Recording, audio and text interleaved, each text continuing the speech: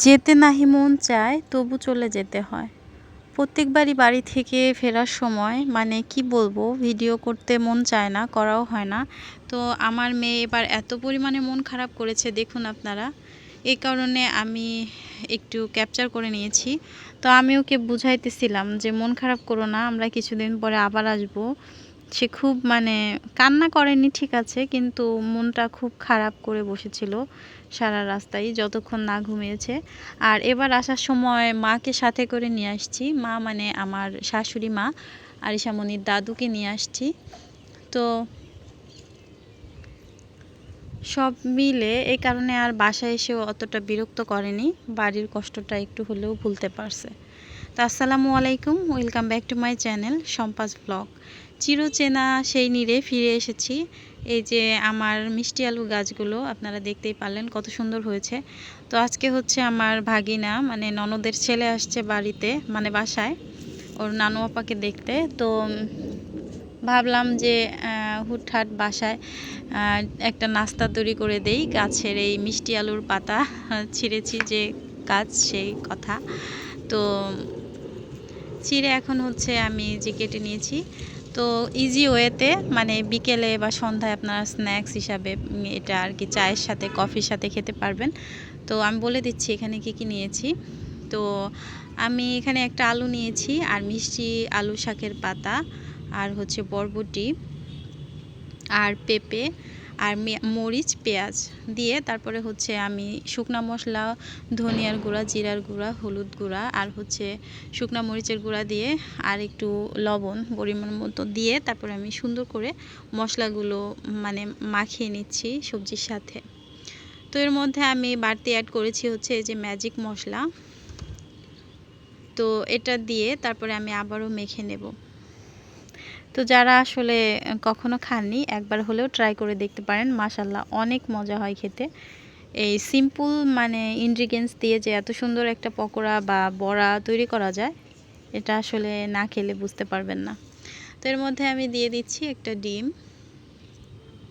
তো আমি যে পরিমাণে নিয়েছি এখানে একটা ডিমে আমার এনাফ হয়ে গেছে।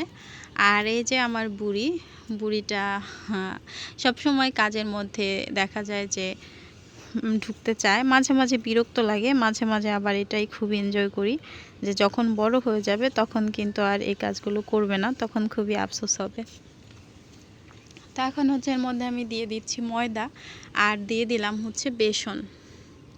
তো এটা আপনাদের একটু একটু করে বুঝে তারপরে অ্যাড করতে হবে, মানে ডোটা একটু শক্ত শক্ত তৈরি করলেই ভালো হয়, যেহেতু পকোড়া বেশ মানে মুচমুচে আর মানে সুন্দর একটাই হয়।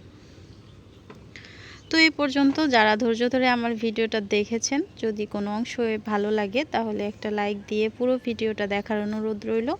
আর আমার চ্যানেলে যদি কেউ নতুন হয়ে থাকেন, এখনও আমার চ্যানেলটা যদি সাবস্ক্রাইব না করে থাকেন, চাইলে আমার চ্যানেলটা সাবস্ক্রাইব করে রাখতে পারেন। আর যারা এই কাজটি করেছেন তাদের অসংখ্য ধন্যবাদ। তো এই তো সন্ধ্যাবেলায় আসলে নাস্তা তৈরি করতে গিয়েছি, আর কারেন্টও কিন্তু চলে গেছে। তো কি আর করার, অন্ধকারেই করে নিচ্ছিলাম সব কিছু। তো আমি যে কড়াইতে পর্যাপ্ত পরিমাণে তেল দিয়ে দিয়েছি, এখন হচ্ছে একটু করে দিয়ে মানে এটা হচ্ছে যে যেরকম শেপ দেয়, আমি একবারে ছোটও করিনি একবারে বড়ও করিনি, আর একটু মানে এলোমেলো এবড়ো থেবড়ো করে দিলেই ভালো হয়, যেহেতু পকোড়া এই কারণে দেখতেও ভালো লাগে, খেতেও ভালো লাগে। তো এখানে হচ্ছে আমি তেলের মধ্যে দিয়ে চুলাটা আর কি লো ফ্লেমে ভেজে নিয়েছি সবগুলো পকোড়া।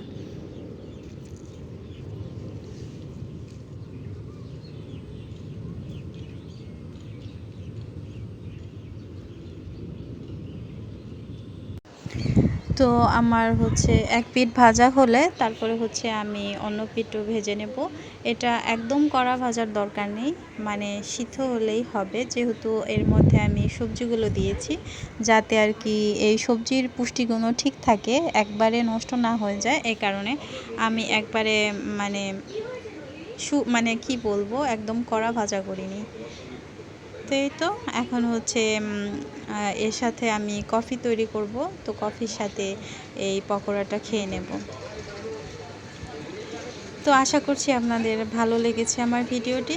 তো সবাই ভালো থাকবেন, সুস্থ থাকবেন, আমাদের জন্য দোয়া করবেন। আসসালামু আলাইকুম, আল্লাহ হাফেজ।